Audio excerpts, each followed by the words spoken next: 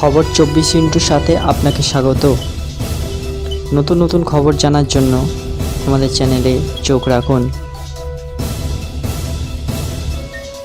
হ্যাঁ, বিশ্বব্যাপী এত উন্নত স্বাস্থ্য পরিষেবার যুগেও পিঠের নিচের দিকে বা নিম্নে পিঠে ব্যথা উল্লেখযোগ্যভাবে অক্ষমতায় অবদান রাখছে।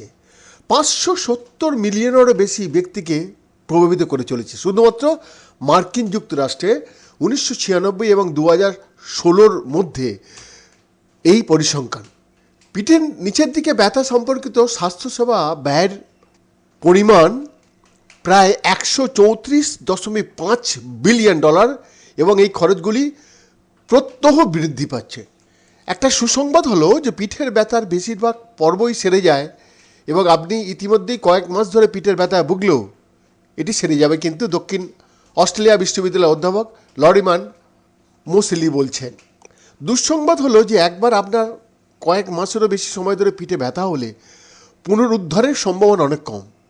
এটি আমাদের মনে করিয়ে দেয় যে যদিও প্রায় প্রত্যেকেই পিঠের ব্যথা অনুভব করে, কিন্তু কিছু লোক অন্যদের চেয়ে আরও বেশি করে। তবে কেন আমরা পুরোপুরি বুঝতে পারি না।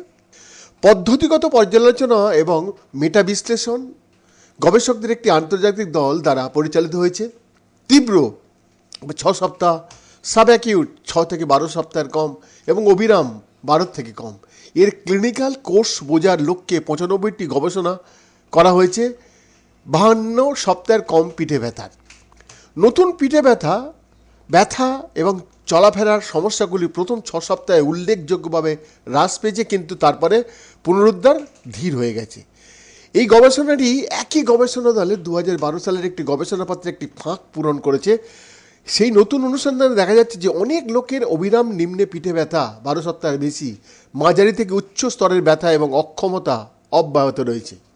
হ্যাঁ, এই ফলাফলগুলি এটি স্পষ্ট করে যে প্রাথমিক আঘাত সেরে গেলেও পিঠের ব্যথা অব্যাহত থাকতে পারে। অধ্যাপক মোসলি বলছেন, কী করতে হবে না, এই পরিস্থিতিতে পিঠে ব্যথা সিস্টেমের অতি সংবেদনশীলতার সাথে যুক্ত চলমান পিঠের আঘাত নয় এমন সেগুলো কি করব। এর মানে হলো যে আপনার যদি দীর্ঘস্থায়ী পিঠে ব্যথা থাকে, কয়েক মাসেরও বেশি সময় ধরে বেশিরভাগ সময় দিনে পিঠে ব্যথা থাকে, তবে এটি ভালো হওয়ার জন্যে একটি নতুন পদ্ধতি গ্রহণ করার সময়। তিনি উল্লেখ করেছেন যে মস্তিষ্ক এবং শরীর উভয়কেই প্রশিক্ষণের ওপর ভিত্তি করে নতুন চিকিৎসা রয়েছে, যা প্রথমে বোঝার ওপর ফোকাস করুন যে দীর্ঘস্থায়ী পিঠের ব্যথা একটি সাধারণ সমস্যা নয়, যার কারণে এটির একটি সহজ সমাধানও নেই, এবং তারপর ধীরে ধীরে ব্যথা সিস্টেমের সংবেদনশীলতা হ্রাস করার ওপর জোর দিন।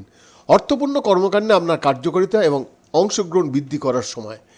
বিজ্ঞানী এবং লেখক বলছেন যে সাবঅ্যাকিউট লো পিঠের ব্যথা আক্রান্ত ব্যক্তিদের মধ্যে ধীর পুনরুদ্ধার শনাক্ত করা গুরুত্বপূর্ণ, যাতে যত্ন বাড়ানো যায় এবং ক্রমাগত ব্যথা হওয়ার সম্ভাবনা হ্রাস পায়।